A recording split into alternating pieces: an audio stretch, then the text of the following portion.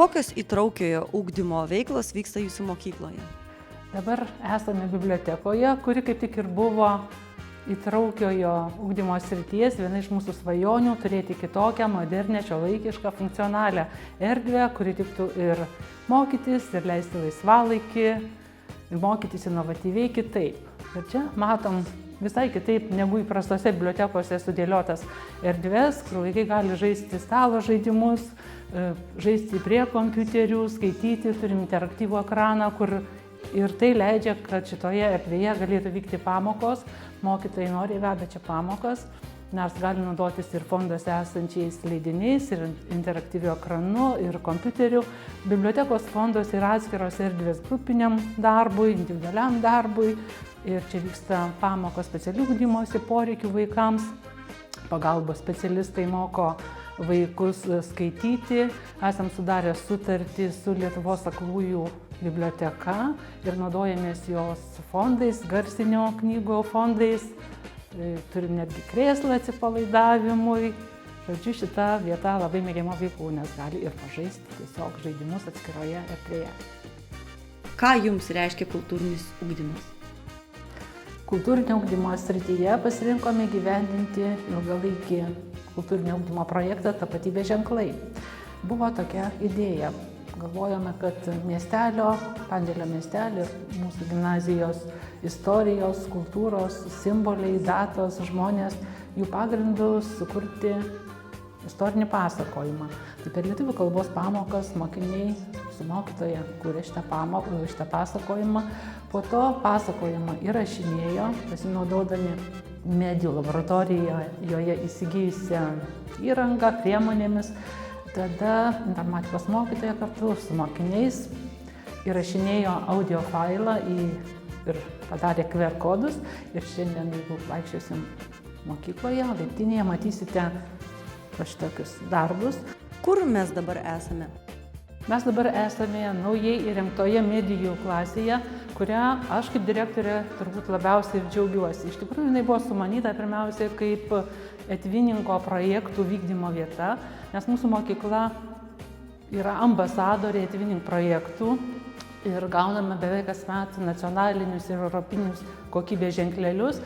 Ir mums sugalvojo, kad tai bus patalpa, kur įrengta vaizdo konferencinė įranga ir tiesiog galės vykti vaizdo tiltai su įvairiom užsienio šalių mokyklom. Kasmet vykdomi tie projektai.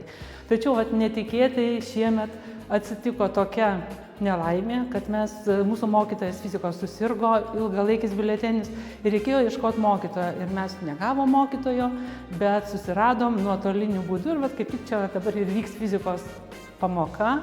Ir mokiniai mato mokytoją, mokytoja mato mokinius. Taigi buvo netikėtas toks pritaikymas šitos patalpos.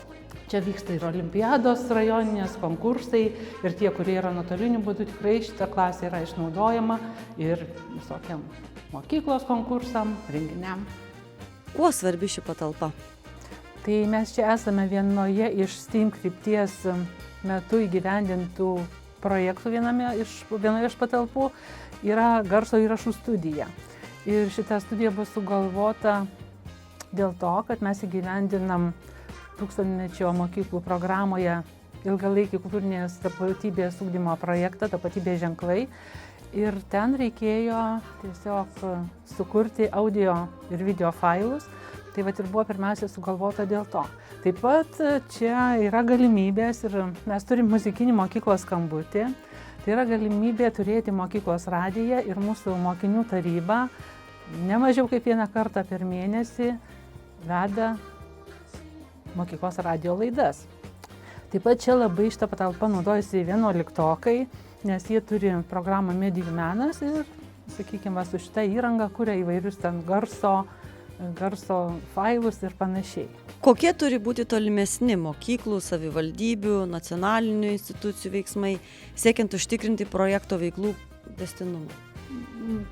Visais lygiais turi būti vertinta ar pasiekti tikslai, kas trukdė jų pasiekti, ar buvo realiai skirti resursai. Ir manau, kad mokyklos, kaip sakiau, kad ir kaip ir mes, tai, kas pasiteisino, ateis į kasdienybę. Iš savivaldybių, ko labiausiai lauktume, įtraukiajam ugdyme, be abejo, pagalbos finansinės švietimo pagalbos specialistams, nes jos labai trūksta. Savivaldybių arba miestų švietimo centrai galėtų toliau skatinti mokyklų tinklaveiką, bendradarbiavimą, o nacionaliniu lygmeniu, aišku, tikimės naujų iniciatyvų, projektų, kurie tęstų šito projekto tūkstantmečio mokyklų programos veiklas ir principus. O kaip turi būti organizuojamas švietimo procesas, kokių reikia žmogiškųjų išteklių, priemonių, veiklų tam, kad sklandžiai pasiekti esminį tikslą, tai yra jauną žmogų paruošti gyvenimui? Taip, labai jūsų klausimas suformuluotas gražiai, bet pasakysiu paprastai, tūkstantmečio mokyklų programa suteikia mums priemonės, įrankius, naujas erdves, bet jeigu mes neturėsim mokytojų, specialistų, kurie visą tai įvaldytų, su tomis priemonėmis dirbtų, nieko neišeis. Tai ko mums labiausiai reikia ir ypač kaimo mokyklom, bet manau ir didmiesčiam, tai tiesiog žmonių dirbančių.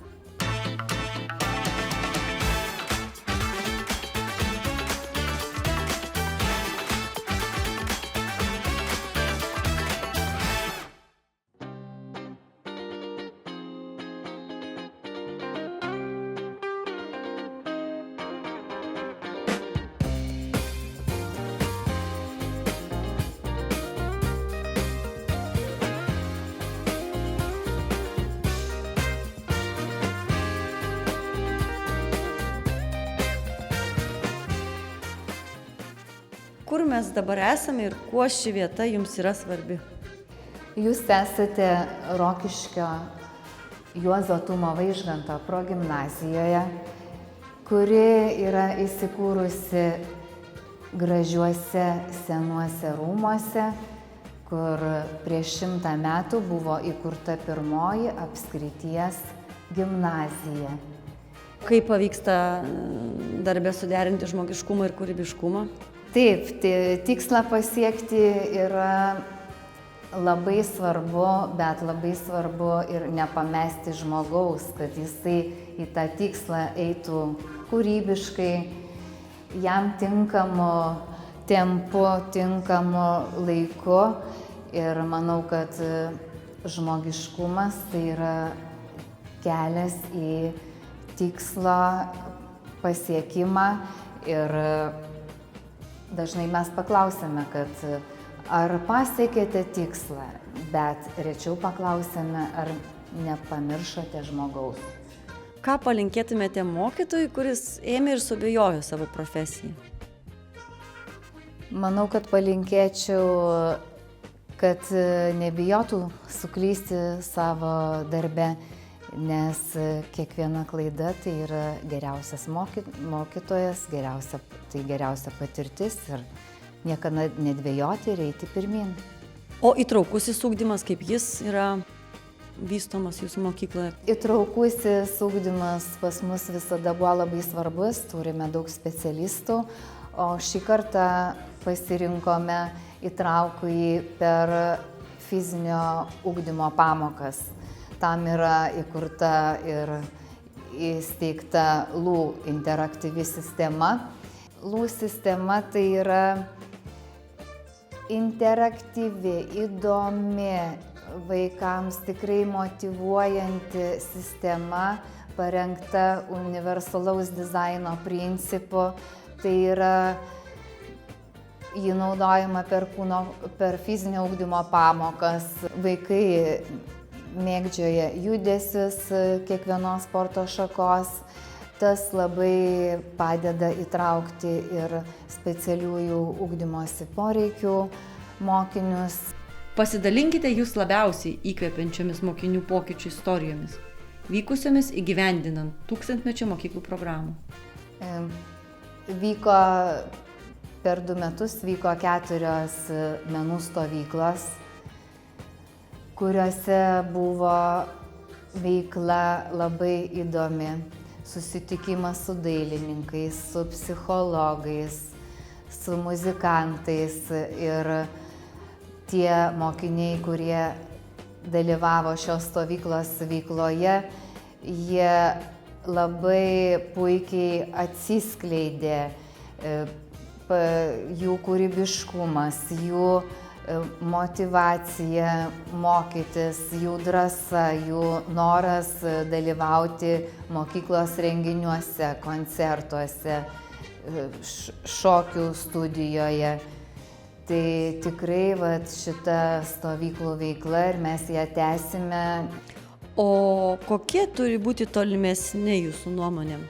Mokyklų, savivaldybių, nacionalinių institucijų veiksmai siekiant užtikrinti projekto veiklų tęstinumą?